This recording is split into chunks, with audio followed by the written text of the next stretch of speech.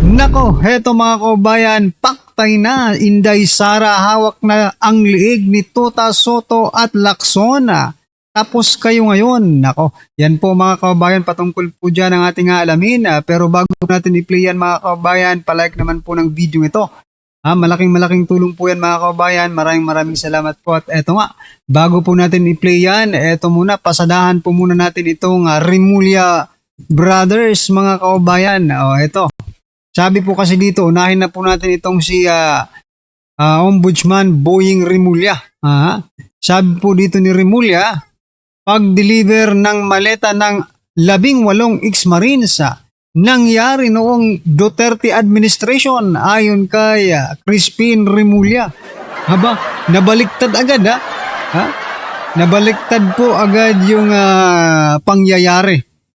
Sino po ba ang paniniwalaan natin dito? Yung 18 ex-marines or ito pong si Remulla na hindi naman siya ang nag-deliver? Malamang ito lang ang diniliberan, diba? Sabi po kasi dito mga kabayan, nangyari ang pag-deliver ng maleta na may lamang pera noong panahon ni former President Duterte ayon kay Ombudsman Crispin Remulla. Ito ang iginit ni Remulla matapos ipatawag ng Ombudsman ang 18 ex-marines. Ani ni Remulla, nangyari ang pag-deliver noong si Lord Alan Velasco pa ang House Speaker ng HOR. Matatandaang si Velasco ay naging House Speaker noong Duterte administration.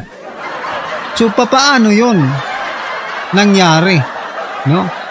Nagtrabaho din ba itong mga ex-marine kay Velasco? Di ba mga tauhan po ito ni Saldico? O parang hindi nagtutugma Ombudsman Boying Remulla?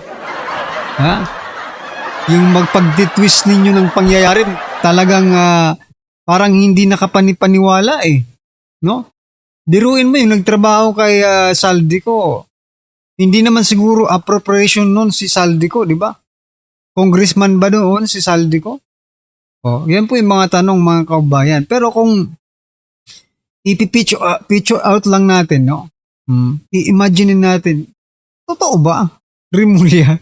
Kayo mga kabayan, ano po yung first impression ninyo dito po sa sinasabi ni Remulla, no? Hindi kasi magdududa ka talaga no? Napakalayo po ng napakalayo na po talagang tingnan nyo issue ng ex-marines, Duterte na naman po ang sinisisi nila.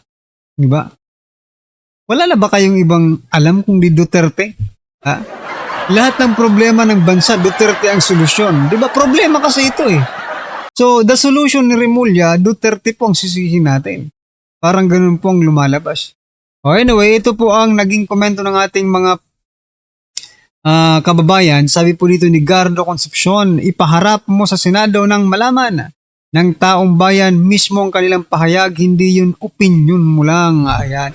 Mahilig po kasi itong si Remulla sa mga opinion Akala mo naman yung opinion niya, yun na talagang ang representante ng bayan no?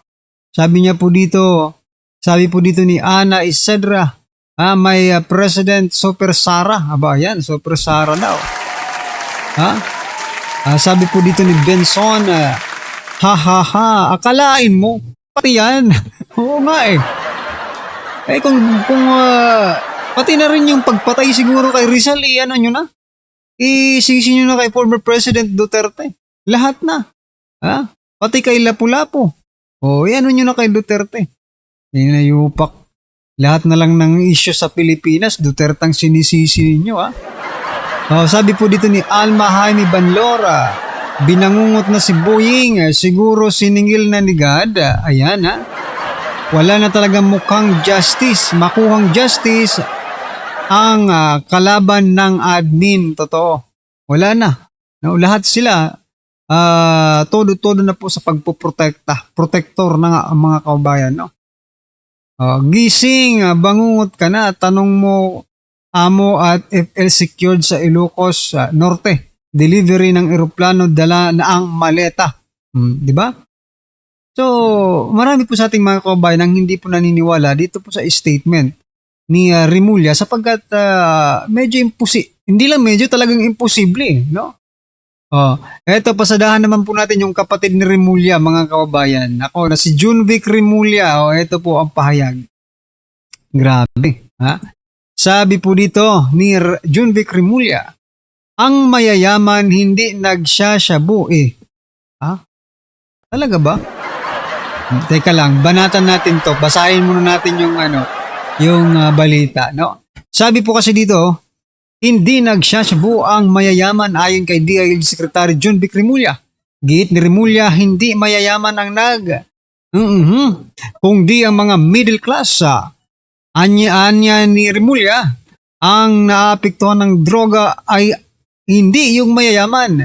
Ha? At hindi rin yung mga sobrang hirap. Ang tinatamaan dito ay yung middle class. Ang mayayaman hindi nagsashabubo. Ayan. Paano na lang ito? Di ba? Sabi po ni Senator Amy Marcos, si President Bongbong Marcos Jr. ay adiktos. So, dyan pa lang, dyan pa lang, Remulla, may may something na yung sinasabi mo eh. O, ano pa? O, hindi lang naman, basta illegal na droga, pwede na, di ba? For example na lang, yung anak ni Remulla. Mayaman din yan, di ba? Sa Remulla, mayaman po yan eh. Di ba yung anak ng Remulla na nahulihan? Oh. Mayaman yan ah. So Remulla, 'di ba? Hindi po nagja-justify, no? Yung sinasabi niya sa reality, no? Kayo mga kababayan, naniniwala ba kayo kay Remulla? Just comment down below. Pero eto, basahin po muna natin itong mga komento ng ating mga kababayan. Sabi po dito ni Zed Faye, Mom's Vlog, ecstasy lang daw at kukay, drug lord lang. Ayan, Sos Mariosep, sabi po ni Rana. Sabi po dito ni Tony, oo naman, kaya malinis kami, charing. Mayaman siguro to, ha? Nagkokok lang, ha? Ang mayayaman kagaya mo, mga yawa, ginawang Diyos ang pera. Gawain kasi niya, negosyo lang. Nagkukok lang kasi. Marami pong nagsasabi na nagkukok, ha? Hindi ko nabasahin kasi medyo foul po yung mga words eh. Sabi po dito ni Exlani, pang mahirap kasi ang shabubo. Tanungin mo si Junior ano gamit niya. Yun ang pangmayaman. Yun na nga. Diba? Anyway, ano pong yung masasabi dito mga karibin natin? Just comment down below. At ito, pasadaan na po natin yung video. Pasok ka. Tingnan ninyo yung mga usapan sa sa media. Pero bago po mangyari ang mga ganyang klaseng usapan, ulitin lang po natin mga kababayan, baka naman pwede mag-subscribe na po kayo kasi sa mga nanonood, hindi nakasubscribe. Pero pag dumating, Ronald, sa punto, let's say, ma-impeach siya ng House, magta-trial sa Senado, of course, iba na yung makeup ng Senado ngayon, iba na rin yung Senate President natin. What do you think will happen there? Well, the battleground, I think. Ito lang napansin ko parang alien yung parang yung guest nila, si Ronald Llamas, parang alien. No? Tingnan nyo. Grabe. Go to the Senate. I think yung 1/3 sa House ay doable. Lalo na ngayon, 54 congressman na yung pumirma sa Justice Committee. Ibig sabihin, kids na lang yung kailangan pagbaba sa plenary para makuha yung at least 1/3. Pero sa House, 2/3. So, and the majority in the House ay 15 lang. At hindi lahat ng 15 na yun ay critical or naging critical kay Vice President Sara.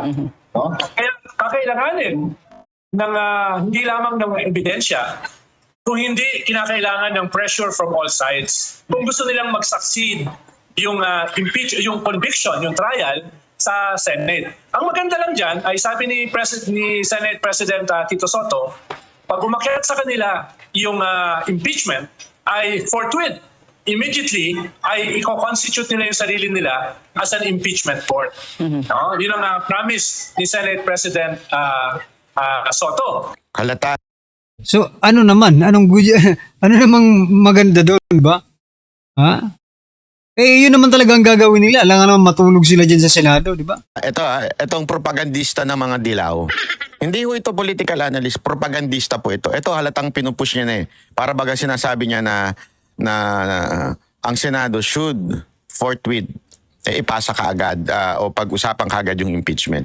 Tapos dito para bagang sinasabi niya na yung mga hindi critic ni VP Sara Duterte mukhang para bagang nilelabelan niya na. Style nga ito eh. Naalala ninyo yung tungkol sa China? Ito ho yun eh, yung Chinador. Kaya nga sabi ko sa inyo, hindi to political analyst, propagandista ho ito ng dilaw. Dapat next time, ang pag-introduce nyo dito, hindi political analyst Llamas, dapat propagandista o propagandist ng dilaw Llamas. Ano totoo? Huwag na tayo maglukuhan. Yung mukha mo, yung karakas mong yan. Pareho ni Jay, sino ba ito? Yung gumanon? Yung Paredes, yun. Pareho kayo ng karakas. Di ba? Halata naman lakad mo pa lang. So anong ibig ko na sabihin? Ito, mina-mindset niya na ho yung mga congressman. Hindi, papasayan sa Congress. Sa Senado, mukhang tagilid. Hindi naman mukhang tagilid. Mukhang kasi may mga hindi pa dyan makasara. Ay, may mga makasara pa dyan. Parang gano'n na sinasabi niya. Tapos pero si Soto, niya na. Para bagang inuunahan niya na. Sinasike niyo na yung mga dyan. Hindi, ito yan, ganito. Hindi, para ganun din na maging response. Alam mo naman, itong mga senador natin, takot din ito sa media eh. Ikalawa, kung mapapansin nyo, parang may binabackpedal yung Blue Ribbon dun sa mga senador na dapat sanang kasuhan. No? At least 3. So, ibig sabihin, something must be happening in the Senate. No? Something must be happening there in terms of negotiations. No? Wala naman akong naisip pahiwatig. Parang mysterious na after all the investigations, after all the state witness, biglang natahimik yung mga dapat kasuhan ng mga senador. No? Is this because impeachment na aakyat sa kanila eventually? No? Perhaps in the next 2 months? Pero yung Queen's Gambit niya, or yung pag-a-announce niya na tatakbo siya sa 2028, I'm talking about VP Sara, of course, do you think waipik ito doon sa Kongreso? But do you think that will have more impact sa Senate? Since usually yung mga senador yun yung mga, nag-aspire to higher office. Well, sa Congress, meron namang epekto. Sabi ko nga nung previous interview ko rito, ay nagsesenta ng feelers yung Sara Camp sa mga congressman na all is forgiven, all is forgotten. Yung mga banat ko sa akin sa Quadcom, yung Ikaw lang nagsasabi niyan. Walang sinasabi si VP Sara na ganyan. Yun daw yung parang inaano ni VP Sara dun sa pagde-declare niya. Parang all is forgiven. Walang sinabing ganyan. Alam mo kung ano yung sinabi niya? Makinig ka sa interview namin. Malinaw sinabi ni VP Sara Duterte, hindi siya nagtatanim ng galit. Pero, pananagutin niya talaga yung mga nagkasala. Pag naging presidente siya. Pero ang punto dito, wala siyang kinakausap. Wala siyang gustong mangyari doon sa kanyang pagde-declare. Nag-declare lang siya kasi nga, again, binabanatan niyo naman ako. And I have decided, because kailangan ko itama yung mga pagkakamali ko, bakit ko pa patatagalin at magpapakit pa? At kung decided naman na ako. Yun yung sinabi niya eh. Hindi pa nanakot yan. As a matter of fact, paano ka makakapanakot kung wala ka namang kapangyarihan? Pangalawa, mas lalo ngang titindi yung motivation ng kalaban ni VP Sara Duterte to impeach her. Bakit? That's the only way na hindi siya manalo aside from the COMELEC. Dalawa lang naman ang hindi magpapanalo kay VP Sara Duterte. Impeach her para hindi na siya pwedeng tumakbo or mag-magic na naman si COMELEC chairman. Pero dito kesyo meron kayong strategy na binubuo na parang sinasabi na, kinukulayan ninyo eh. Unless ganyan kayo katanga sa analysis ninyo. Pagpirma nyo doon sa previous impeachment, kakalimutan na yan. So long as hindi kayo pumirma sa impeachment ngayon. At kung sakaling pipirma kayo sa impeachment ngayon, there will be hell to pay. Sa 2028, pag ako na yung presidente. So yun na yung mga messages ng Sara Duterte camp sa mga congressman. Kaya sigurado ko, hindi sila makakakuha ng 260 votes na nakuha nila last year sa impeachment ni Sara. Pero yung 30% ay doable, achievable yon. No? Yun yung sinasabi ko. Kaya in a way, may epekto naman sa Congress. Sa Senate, depende yan eh. Dahil yung mga senador ay, panyan, you have 24 separate republics. So they will be deciding based on their political calculation. Ngayon, ang kanilang benepisyo ba ay sa pag-convict kay Sara o pag-absuel kay Sara? Alam mo yung usapin ng minority-majority sa Senate sa simula ay hindi yan ganun kahalaga pag umandar na talaga yung impeachment. Halimbawa, kung totoo yung sinasabi ni Deputy Ombudsman Carandang, former Deputy Ombudsman Carandang, kung totoo yung sinasabi ni Senator Trillanes na hundreds of millions, even billions, yung pumasok sa bank account ni Sara, yung kanyang asawa at yung kanyang pamilya na nanggaling sa mga drug lords at pogo lords, sinong politiko ang hindi boboto to impeach her? Baka ma-link pa sila sa drugs at saka sa pogo. No? Kung sa yung sinasabi ni Trillanes at saka ni Carandang. So that's one element sa impeachment. Ikalawa, ano ba yung quid pro quo? Ano ba yung carrot and stick sa mga senators na pwedeng gamitin nung mga gustong mag-impeach kay Sara? No? Kaya, mga negotiations yan. Pasensya na, Ses, at saka Sean. Very cynical kasi ang negotiations. Very cynical ng quid pro quo ng carrot and stick. Pero in the real world, it happens. At alam niyo naman yun. Ba't biglang maabsuelto yung mga senador na supposedly involved dun sa flood control mess? Is that the price? Wala akong sinasabing gano'n. Pero sabi nga nung bunso ko, pag galit sa akin yung bunso ko, sasabihin niya sa akin, talk to the hand. Ayan, so yung mga patawan niya, corny. Patawan ng mga matatandang DOM. Alam mo yon? Hindi ko sinabing DOM siya. Yung patawa lang niya. Ganun ka-corny. Yeah? Kaya nga, alam mo, ito tindi ng usapin ngayon. Mantakin mo, gera na. Pero anong sinasalsal ng media? When I say sinasalsal, ibig sabihin nun, mayat maya, interview sila dito sa mga pinklawan, dilawan, propagandista. Puro yan ang kanilang gini-interview. At yan ang kanilang pinag-uusapan, mayat maya, impeachment. Putang ina ninyo, nagkakagulo na buong mundo. Alam mo, eto nga eh. Kasi pinapayagan rin naman po ng Pangulo, mga kaubayan. Dapat, kasi ang Pangulo nagsasalita rin siya, di ba? Na wag muna tayong mag-unity muna tayo para sa ating mga OFW. Wala tayong naririnig na ganun eh. Pero kung si former President Duterte to, baka napagalitan na kayong lahat. Diba? Anong impeachment yan? Diba?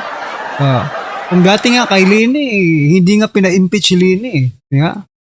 Anyway, ano po ang inyong opinion, reaction patungkol po dito mga kabayan? Just comment down below at syempre huwag pong kalimutang i-like at i-share po ang video ito. Maraming salamat po.